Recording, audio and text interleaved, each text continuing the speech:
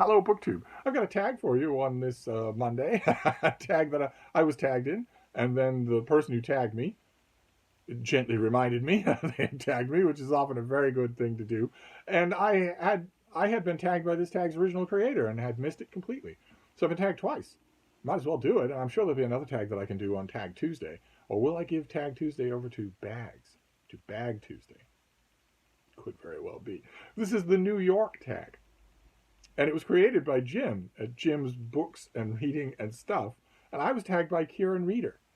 I'll leave a link to both their channels. Jim, of course, you'll already know. He's done a million really great tags.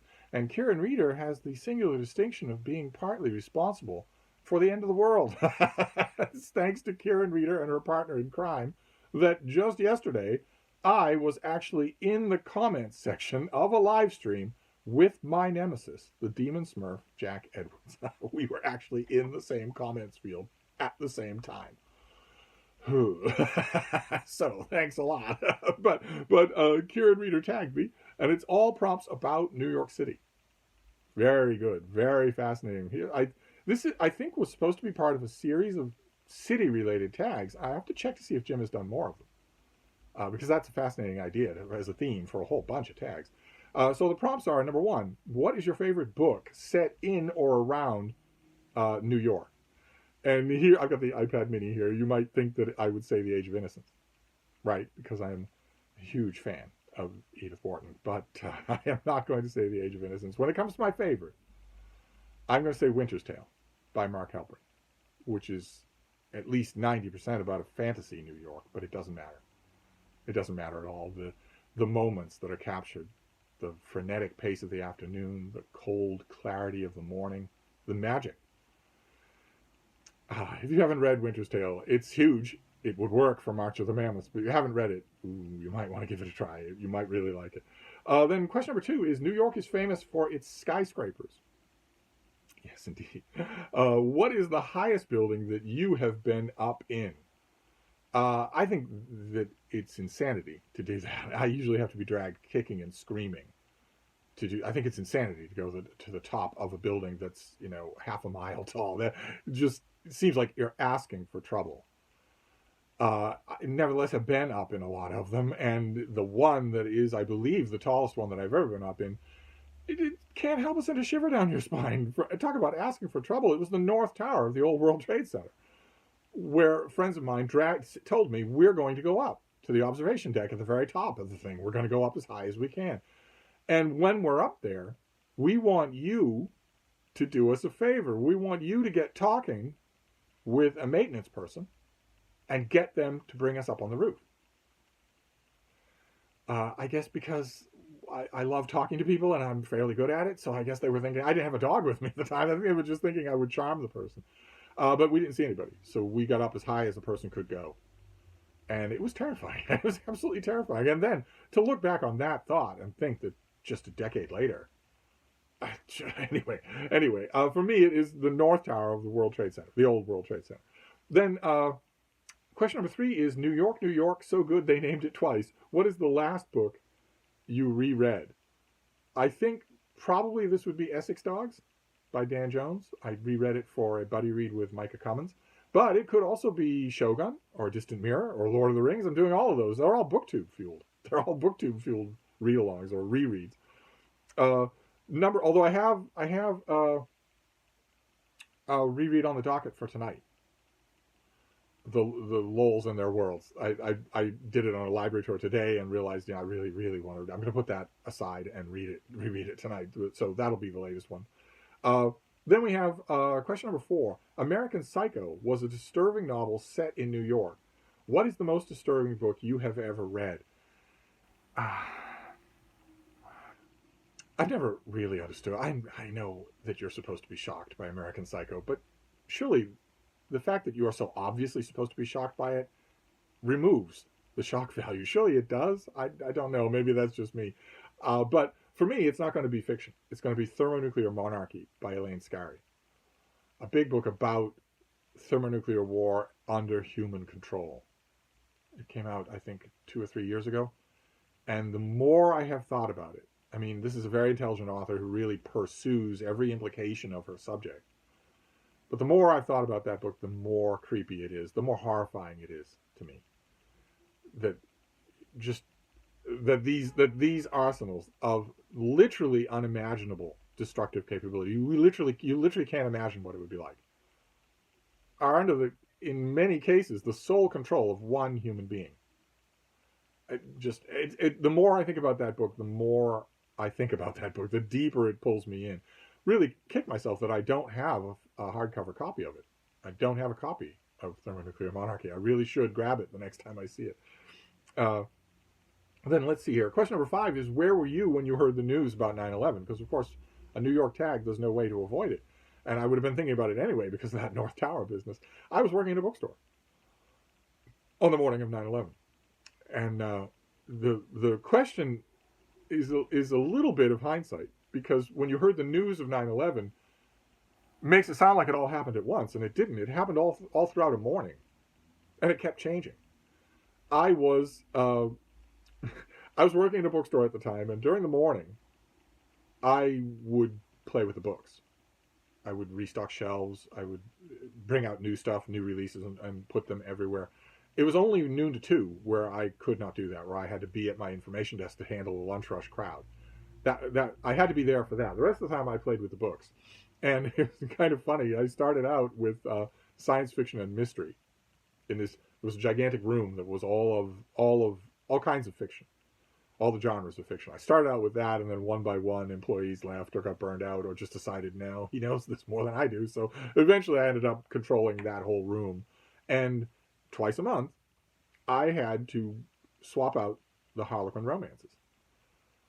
They had a whole bay of their own. They did really well, but there were always Harlequins left. And twice a month, I had to bring down from the receiving area the new Harlequins and swap them out with the old ones. The old ones did not become backstop, like what happened with, for instance, science fiction or mystery or fiction.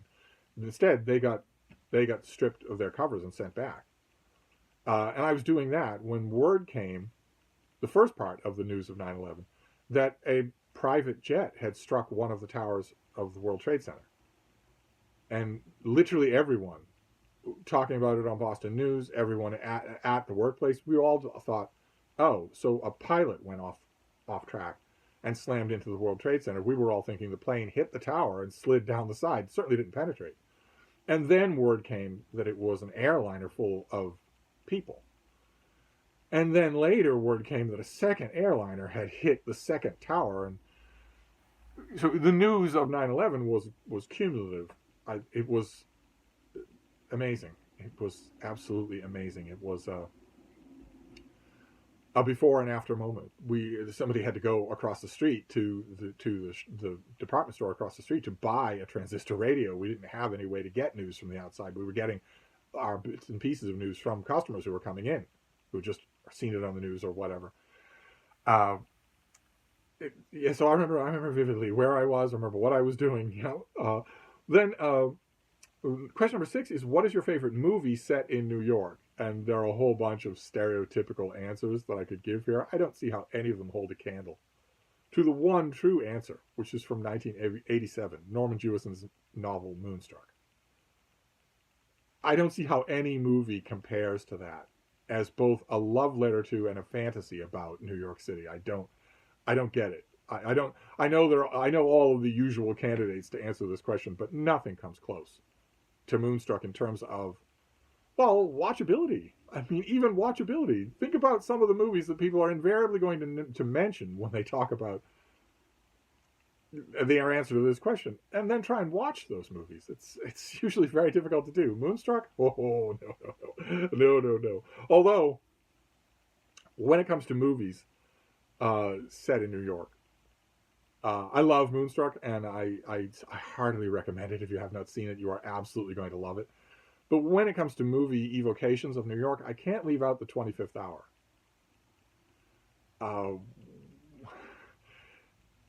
I feel like I should, but I'm not talking here about the whole movie either. I'm talking about one particular monologue that Edward Norton delivers to a mirror version of himself in the movie, at the climax of the movie, when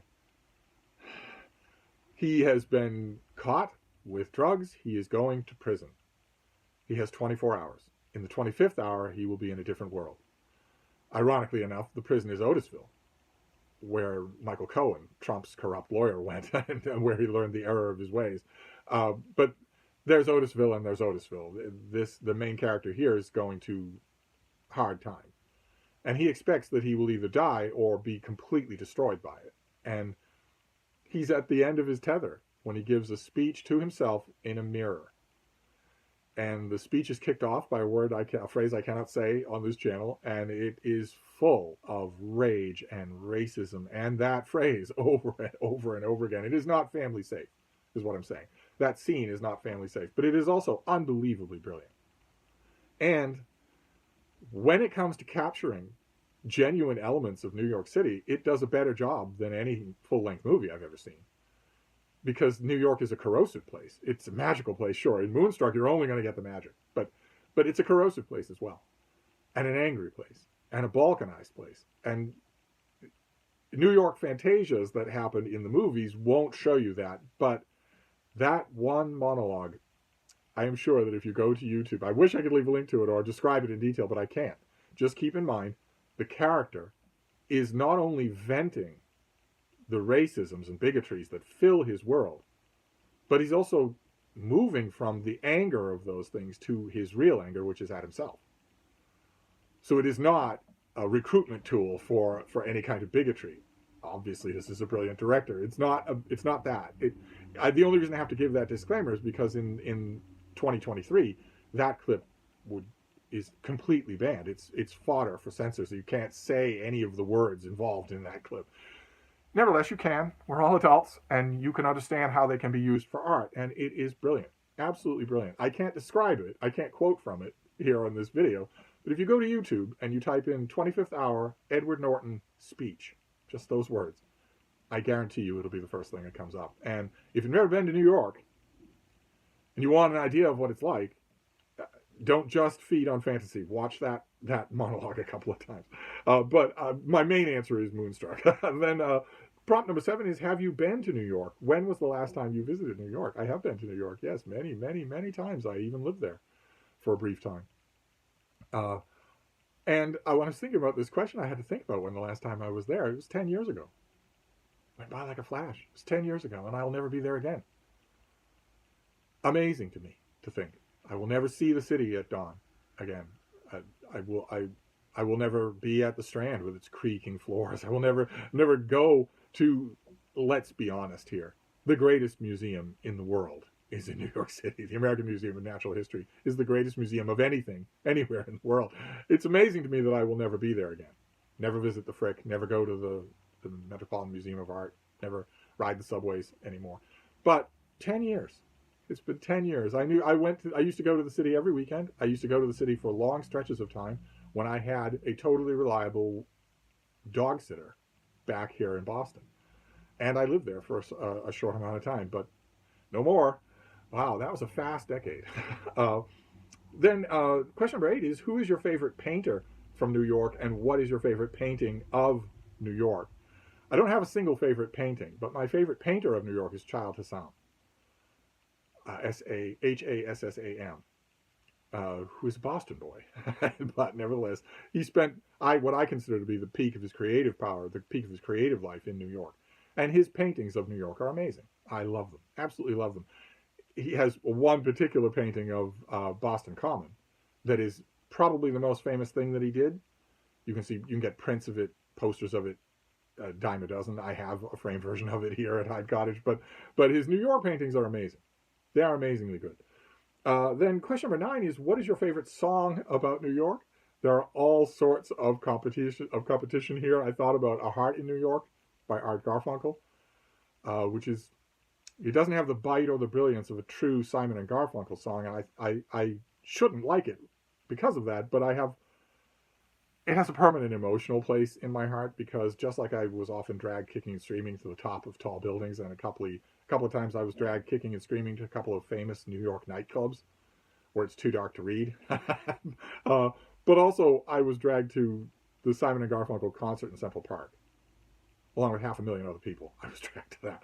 And you could tell when you were watching that concert. I think I was one of the few people there who was watching the concert. You could tell when you were watching the concert that this song meant a lot to Art Garfunkel.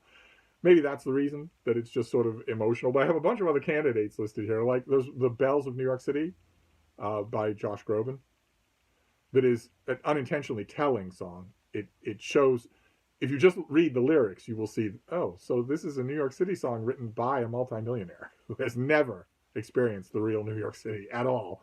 Somebody who's probably been a multimillionaire since he was a teenager now. In Josh Groban's case, that's true. But it's an amazingly privileged New York song that doesn't know that it is. But I love it because of them pipes. He has quite the set of pipes. Then also, well, not all of these choices have to be something you're proud of, right? There's also Ace Frehley of Kiss, who did a song called Back in the New York Groove that really does capture a kind of flavor of what the city was like before Bloomberg, what the city was like when it really was kind of the Wild West, in all the most exhilarating ways and in all of the grubby ways as well. It has something of that energy. So that was on my mind. Of course, when I think of that, I also think of Jay-Z, Empire State of Mind, which he did with Alicia Keys, I think, that also captures something in the nature of New York City for people who live there, who were born there and grew up there. I treated New York as a mistress only, as a man treats a mistress. I did not live with New York City. Even when I lived there, I had a home and a safe harbor back in Boston, and I knew that. I was never at the mercy of the city. I've mostly visited it. And that changes the way you deal with it, very much so. Whereas Empire State of Mind is full of the outrageous bragging, the outrageous claims, the neighborhood name checks, all that sort of stuff. It's a very, very New York song. I'm not sure that you could hum it, but despite all of those contenders, the number one for me is going to be Rhapsody in Blue by the quintessential New Yorker, George Gershwin. And here I want to make another movie recommendation. It is one of the few really good sequences from Fantasia 2000. Is the sequence, the cartoon sequence that they set to Rhapsody in Blue. And again, there will be a sentimental element involved, because I think one of the reasons I love that sequence in Fantasia 2000 is because it is so obviously a love letter to New Yorker cartoons, to one particular New Yorker artist, but also to New Yorker cartoons just in general. And I love New Yorker cartoons. I absolutely love them. I think they were memes and the internet before there was an internet. I think they are a universal language. I encounter at least 10 times every day. I encounter a situation or a person or a turn of phrase that automatically makes me think of a New Yorker cartoon that was precisely on spot for that thing. Which probably doesn't mean that there are memes for the new century. It probably just means that I spend too much time looking at my New Yorker cartoon collections. That's probably the case. But that's part of the reason why I love the Rhapsody in Blue sequence in Fantasia 2000, is because it is taking all of the usual first half of the 20th century New Yorker cartoon, New York stereotypes. It's taking all of those stereotypes and bringing them to life in such an affectionate way that I just loved it. So that's it. That is the New York tag. All that's left to do is tag people, and I don't know. I'm late coming to the game here. Jim tagged me a long time ago on this. I don't know who's done this and who hasn't. So I am going to take the lame approach of tagging everyone. If you haven't done this tag, you should do it. And also, I should check to see if Jim has done other city tags, because I'm all over that. So I'm gonna wrap this up. That was a tag for Tag Monday. We'll see what we do tomorrow. I will see you then. Thank you, BookTube.